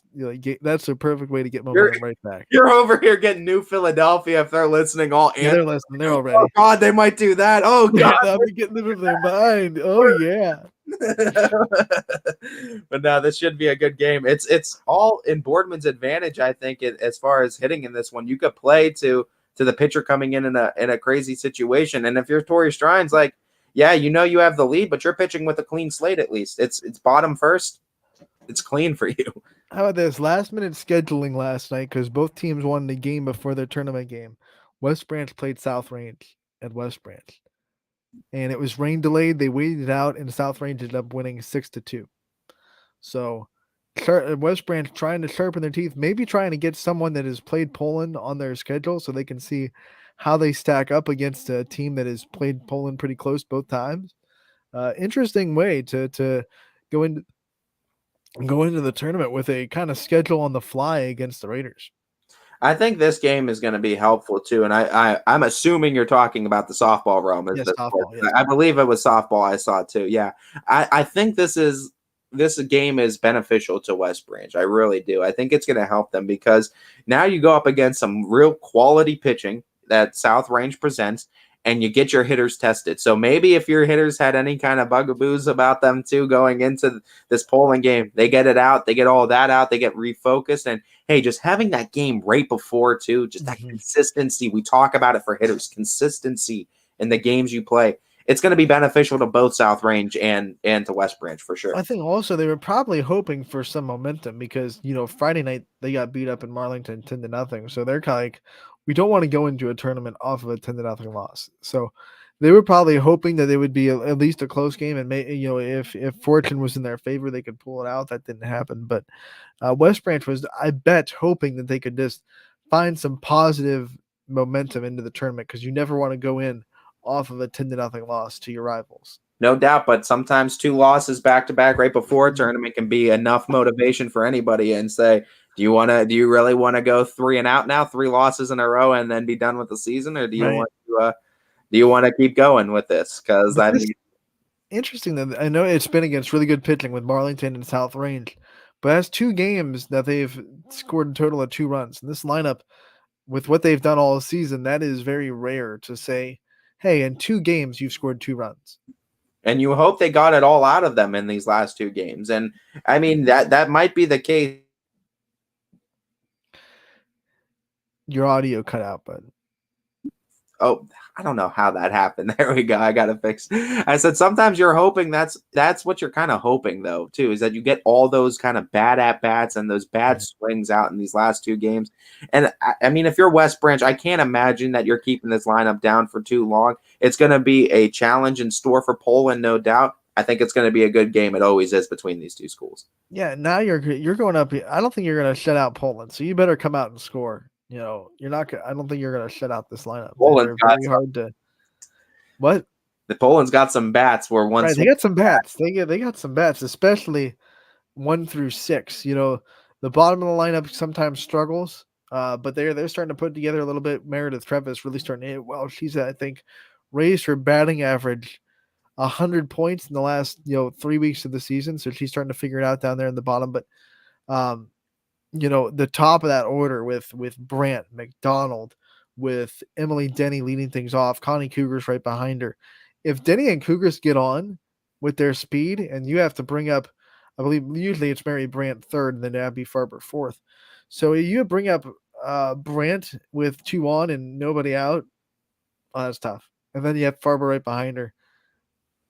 And you gotta also give props to Katie McDonald, what she can do in the circle. She's played some high-level competition and high-level lineups all season, and she's had success, and she's been able to compete against a lot of them. Is the most impressive about what Katie McDonald has done this year is, once again, she's taken the bulk of the innings, most of them, and she's only had like 2 games all season against this schedule where they were just they were bad games. They were just, pitches weren't moving. So to do all that and only have 2 days where you're just not bringing your best stuff, it's really impressive. It is really impressive. And you know what? Props to Katie Mcdonald for the season she's had. And it's tough going up against her because of the height she brings too. Just because of where that ball is being released, it's a different eye level for hitters, and it's tough to do. Kind of like it reminds me a little bit of when Monica Abbott pitched, because she was like 6'3" and had long legs. So like by the time she released the ball, she was already like, it's 45 feet between the rubber and the home, but she was more like 42 feet because of her stride. So Yeah. like, and she was pitching 73 miles an hour. So you had like 73 coming at you from 42 feet away. It was tough. We got a team that's open. They're going 73 miles an hour and faster through these playoffs, and the Garrettsville Garfield G-men coming off of a big win against the Southeast Pirates, and we're bringing in Coach Michael Paige from the Pirates from the G-men themselves, coming off of a win against the Pirates. Coach, how we doing today? Good. How you guys doing? Not bad. Let's fix this color on your thing real quick for you. Get it a clean yellow. There we go. But let's talk about this game, though, Coach. Last night, going into this, battling the rain as you guys have the entire season, what was kind of the message of the mentality for the team going into this game last night? Well, I mean, it's a new season, so we have 16 wins this year, and it's a lot, but it means nothing now. I mean, the mentality going into the game was, it's the same it was cold, not yesterday, but it's been cold and rainy, and it was rainy yesterday, but our maintenance people got it ready, and it was perfect yesterday. So that wasn't really a factor at all. It was just the mentality that's a brand new season. And Southeast is a team that handed it to us early in the year. We didn't play very well. So it's just a brand new season coming into sectionals, and we had to handle business. When I doubt that there has to be much said to get ready for a game against Southeast. I know they're an old rival. You've played them a lot. Talk about the motivation and how much more energy it even gives you to play someone like that in the first round of a tournament. Yeah, I guess it's pretty cool because it's like a Portage County little part of the bracket where it's us and Southeast, and then the winner would play Rootstown. So, that's pretty cool doing that. And it's an old time rival, and those kids been playing against each other for 4 years. Southeast was a lot of young kids when we were a lot of young kids. So in 19, I started 4 freshmen, and I think they started 4 or 5 freshmen, and we got to no-hit them 2 times in a row as that year. We no-hit them back to back, and then we won 2 out of the 3 games last year.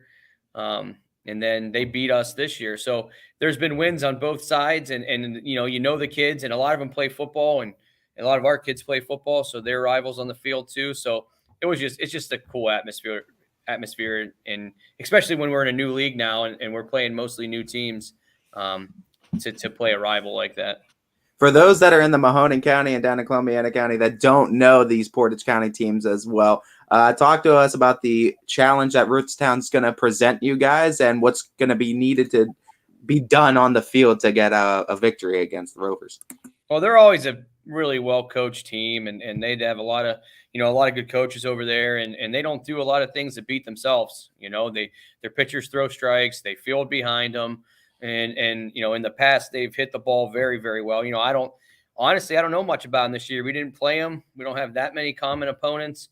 So I haven't seen them at all this year. So, I mean, we're, not that we're blind because we played them last year, but there's a lot of seniors last year on their team. So, but I know that they're a very good team, and I don't know if that, they have a pitcher, Bartholomew. I know he's been hurt, but he, he's as good as anyone around when he pitches, and I've been told that they have 2 really good pitchers coming into this too. So you just got to play clean ball, clean game. If we limit our mistakes, we limit the errors, and we don't walk them, then we'll be doing all right. Basketball, football, they both get huddle cams, and they both get the opportunity to watch film on teams they haven't played that year. There's no huddle cams on the baseball field. So what kind of things do you try to do to be at least somewhat prepared for a lineup or what a pitcher might do, or try to scout the other team as much as you can? Just seeing who was there last year. I know you go back and look at the box scores from last year and see where that's at, see what you can find online. But there's no real way to see them unless you go to the game, and, we play on the same days, and especially how wet it's been. Anytime that there's a good day, we're playing. So it's been very hard to try to go see them. So We do what we can to try to research as much as we can, but really you're going off a lot of last year and things like that. Does it make it easier to focus on what you guys do well and not worry about what they do well per se? Yeah, it really does. I mean, and that's ultimately it just comes down, and I tell the kids all the time, it ultimately comes down to who makes less mistakes and who can put the ball in play. And then that's the two things in high school baseball. I mean, if you put the ball in play, a lot of times there's going to be a couple errors. If you don't walk anybody, you have a good chance, of winning the game. I mean, and that's it. I mean, it's the limit any kind of mistakes that you can do, and then you can focus on yourself. So if you do that, then you have a chance to win any game. So I got these baseballs here that are going to be considered balls of the game for last night too. Who you giving them out to for their play last night and for Caden Spade, man. He is, I've been around here for 14 years. I've been head coach for 8 years here, baseball wise. And I've never seen someone get 8 wins in a season. And, there's been guys that pitched in enough games to get 8 wins, but just to get the decision every time almost that you're on the mound. And I know he has a loss and, no one's going to be perfect, but to come in and have a decision almost every time that you take the field, it's just insane to me. And I've had good pitchers in the past and really successful pitchers and some that went to play college, and none of them had that. I mean, his ERA going into last night, and I haven't checked it, but his ERA going into last night was under 1. And that's legit. And he has just been lights out. And he's the one that came up with a clutch hit in the bottom of the 6th too. 2 guys on, 2 outs. Got on second and third, and he hits a nice shot dead center and scores 2 to give us some breathing room. So it's not as, nail biting with a 3-run lead instead of a 1.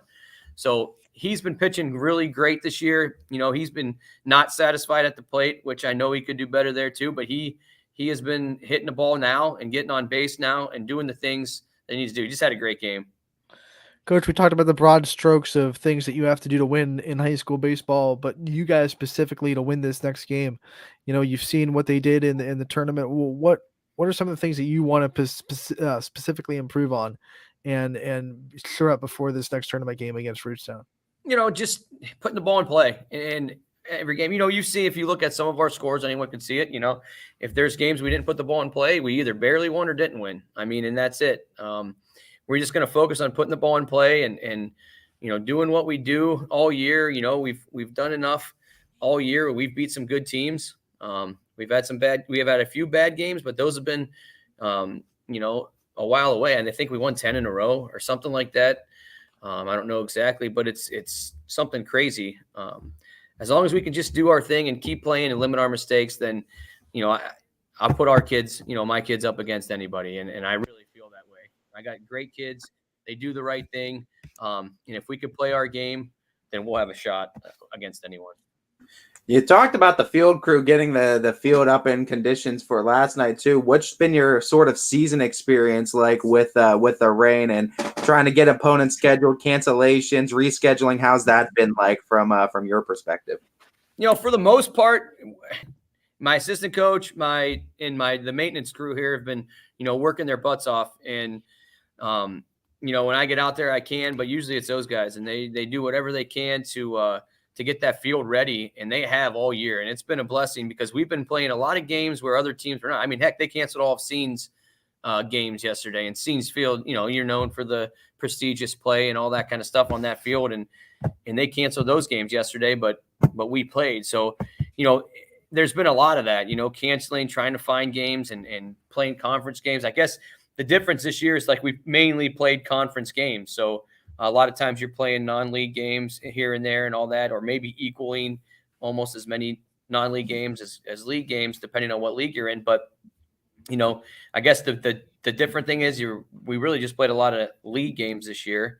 And then just to get ready, I mean, we haven't had really any incident. One team didn't want to play on our field. I mean, it is what it is, but it's been wet almost, especially that first month of the season. It's been really wet. And, a lot of teams just say, we're going to play baseball. And if we can play, we're going to play. I mean, I talked to one coach, I don't remember who it was, but he's like, the grass is wet. It's wet. If the dirt's not wet, then we're fine. Soccer plays and they cut all the time and they're in grass, and football plays in muddy conditions. If the grass is a little bit wet, why not play? And that's just, how I feel. I just want these kids to play. I mean, I have a lot of seniors, so I just wanted to get in as many games as we can, and we try to do that. Coach, thank you so much for popping on today and talking about the win, talking about your next opponent, and giving us a little bit of a preview. We wish you the best of luck against Rootstown, and maybe we'll talk to you again real soon about that win over Rootstown. Can't wait.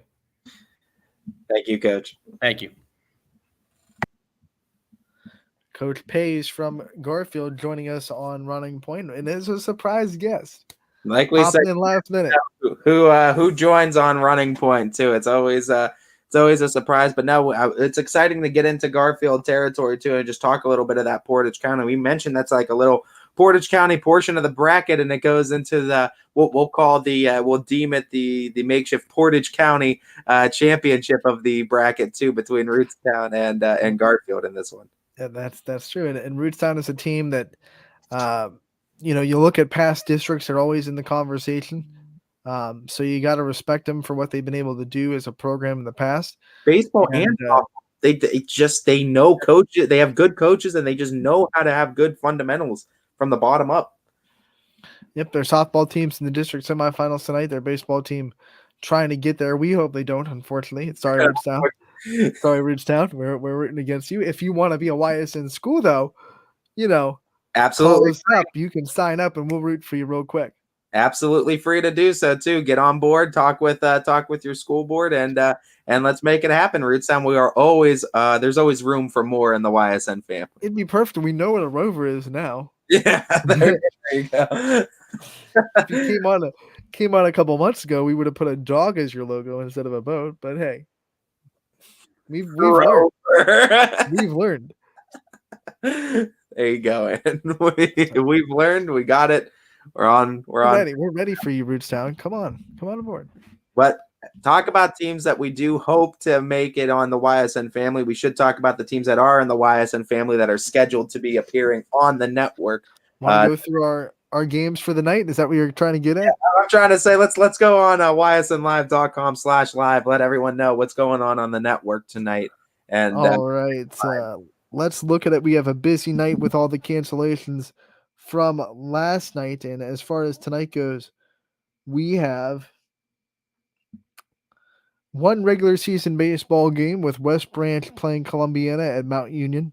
That'll be called by Joe Eusebio at 5:00, so that one will be free. The rest of these games, 9 and 9 gets you access to all of them. That's a fun matchup for a free baseball game too. Take advantage of it. The next ones, all of these games will be 9.99, gets you access to all of them. So one payment, $9.99, access to all these games, baseball and softball. It's not like you have to pay $9.99 for baseball and then $9.99 for softball. One payment. Sure. It's all day access too, and right, because if you watch it too, you could technically go back and watch another game at the end of the night. So like if let's say I'll just go for the first one. If you paid the $9.99 and you watched Sebring and Heartland Christian, which DJ is going to be on the call for at 5:00 at Next Level, you watch that. But say you also wanted to watch Maplewood at Lowville on Scene 1, then you could go home after your game at Heartland and then pop in like a DVR style and watch Maplewood Lowville to stay off of social media and don't see any scores. That's all you have to do. And that's what I do when I have to watch games on delay. Just keep myself off Twitter, don't see the score, and watch it on delay. There you go. There you go too. But access to all of them. Yep. So once again, one payment, $9.99 gets you access to all these games. And we'll start with Sebring and Heartland Christian. DJ will be on the call at 5:00 from Next Level in Unity. Lordstown traveling to Brookfield, and it will be Matt Morrison on the call there at 5:00. Maplewood at Lowville on Scene 1 at 5:00. East traveling to Howland at 5:00. Noah Ricks will have the call from the Tiger's Den. Camel traveling to Cardinal Mooney, 5:00 first pitch there. Alec Caberna has the call. West Chiaga will be at Struthers, and it is Bob Zaney on the call with that one. And then East Liverpool will travel to New Philadelphia, and we will have Nate Kelly on the call for that one. Other baseball games happening. Niles travels to Hubbard. And Liberty travels to Springfield. Those games won't be on the network, but are happening. Also, not on the network, but are happening tournament time, Hudson at Boardman and Badger at Latonia. If you're going to any of these games, reminder that tickets must be purchased online on the OHSAA ticket site. No sales will be at the gate. So you got to purchase your tickets online. Bring that QR code on your phone to the gate. They'll scan it, and you'll be good to go. Yeah, absolutely. We go to softball tournament time, district semifinals, and we'll start with the ones at South Range as Mooney will square off with the Raiders at 3:30. I'll be there on the call, and then I will give the mic to Chris Sigler, and I'll be with him as a color commentator, but he'll have the call for Gilmore Academy versus United following that South Range game. Roughly 5:30 is the guest time, but it will be, I think, like 20 minutes after the South Range game ends. So then we go to the Levittsburg district as Rootstown will play Newton Falls at 3:30. Brian Oatridge on the call there, and he'll double dip because he's got Kirtland and Ursuline playing at 5:30 after. Then we go into Jefferson Community Fields, West Branch versus Poland at Jefferson, 5 o'clock first pitch. And Pat Santor will have the call there. And then after that, Canfield against Aurora at Jefferson. Pat Santor on the call for that one as well. Last tournament game on the network tonight is Hubbard against Field at Hubbard, 5:30 first pitch. And it will be Anthony Romo and Richie Giuliano calling that game. There are district games going on in Jackson Milton, make up from Division 4. It is Bristol versus Western Reserve at Jackson Milton at 4. And then at 5:30, it'll be Lisbon versus McDonald at Jackson Milton. Boardman has to continue their game from tomorrow. They're up 1-0 against New Philadelphia in that Division 1 district semifinal. Winner goes on to play Walsh Jesuit in the final. As we're going to get another step closer on our roads to Canal Park and our roads to Firestone for these. Tomorrow, all of our district championships will be set. The road to Akron gets a little bit shorter. Yep, and here we go. My favorite time of year. It's called Mayhem for a reason. You know, March has madness. This has mayhem. There you go. But it dips into June sometimes too. That's mayhem. All the chaos happens in May. All right, it's not chaotic at state. It's just like, hey, good teams against good teams. Like chaos happens in May, so we call it mayhem. There you go. I like it. Get to be a part of it. $9.99 gets you access to all the tournament games on the network tonight. Don't forget, we also have a free game of baseball on the network for you tonight, thanks to our sponsors. It is West Branch Columbia. That's going to be a good one. Good pitching in that one too, and it's a good tune-up for both teams right before a tournament. So I like this game too. Joey CBO will be on the call for you on that one. That one's absolutely free, so get in on a good baseball game on the network tonight for free as well. All right, Ty, game you're most looking forward to tonight for baseball, go. Oh, man. I mean, that's tough. I mean, looking down the list, there's so many different matchups in this one that are really can shake things up. I mean, first and foremost, I think I'm looking to at the baseball one. You're looking West Geauga and Struthers. I think Struthers has the capability of really surprising some people. I think, too, also on the network tonight, I'm always curious on what Boardman can do, because Boardman coming off of that AAC championship now. What kind of run is Boardman going to go on now? They're sole AAC champions, and maybe they didn't think down the stretch after losing that game to Camp that they had and Fitch that they had maybe the greatest chance, but they walked out champions. They had a great last couple weeks. Let's see what Boardman can do against Hudson. And that, they beat Canfield and they got walked off against Canfield, if I'm not mistaken. So they've competed against Canfield, who is thought of to be one of the best teams in Division 2. So we'll see how Boardman does. They're hosting Hudson. For me, and I'm looking at our schedule, the game I'm most looking forward to in baseball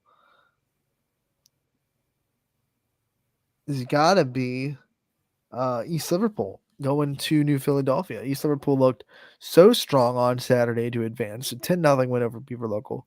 They're riding a lot of momentum. Evan Tice, we've had him on the show. We know that East Liverpool team built differently. And I think there's a good group of young and old there, and I think they can maybe pull off the upset going to New Philadelphia.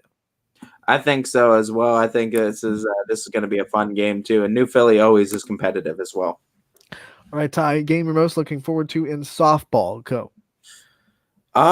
This one is kind of tough, but for me, I think mostly there's two games, I guess, if I'm gonna go for. I think the two that absolutely have a chance to steal the show. You know what? No, I'm going Rootstown Newton Falls.